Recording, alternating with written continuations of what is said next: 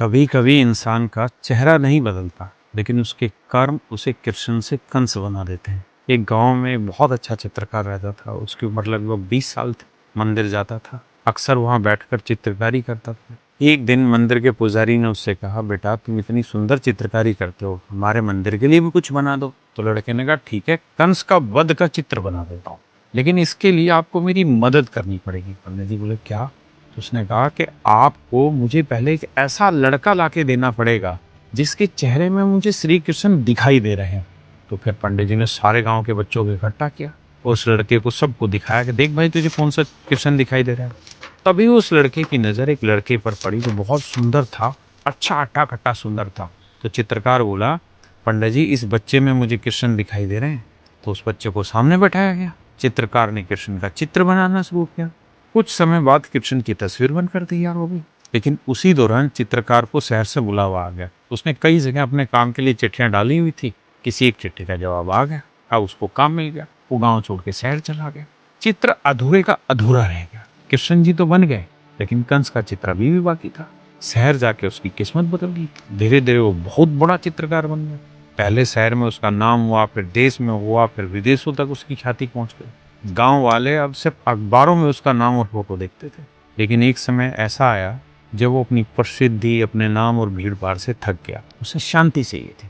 तो कई सालों के बाद वो अपने गांव वापस लौट आया। गांव आकर उसका मन बहुत खुश हुआ, लेकिन गांव बदल चुका था। अगली सुबह वो अपने पुराने मंदिर गया, पंडित जी को ढूंढने लगा। पंडित जी बिल्कुल बूढ़े हो गए। चित्रकार ने जाके पंडित जी को प्रणाम किया और कहा कि पंडित जी पहचान रहे हो मुझे? पंडित जी ने मुस्कुराकर बोला, अरे तुम्हें कैसे नहीं पहचानूंगा, तुम तो बहुत बड़े चित्रकार बन गए हो, अखबारों में तुम्हारी तस्वीरें छपती हैं। चित्रकार ने कहा, पंडित जी ईश्वर ने मुझे बहुत दिया, जितना मैंने सोचा उससे भी ज्यादा दिया। तभी पंडित जी ने कहा, यार ईश्वर ने तो तुझको बहुत कुछ दिया, लेकिन तुमने ईश्वर के लिए क्या किया? एक चित्र बनाकर गए थे, वो आज भी अधूरा पड़ा है। चित्रकार को अचानक याद आया। उसने पूछा, वो चित्र अभी भी है? पंडित जी बोले, बिल्कुल है, हमने उसको बिल्कुल संभाल के रखा है। तो चित्रकार ने जाके देखा, कृष्ण का चित्र आज भी वैसा ही सुंदर था। पंडित जी ने कहा, अब इसे पूरा कर दे भाई। तो चित्रकार बोला, पूरा तो कर दूंगा, लेकिन शर्त वही है, मुझे एक ऐसा लड़का लाके तो जिसमें मुझे कंस दिखाई दे। पंडित जी ने गांव के लोगों को इकट्ठा किया। सबको चित्रकार ने ध्यान से देखा, लेकिन उसे कोई कंस मिला ही।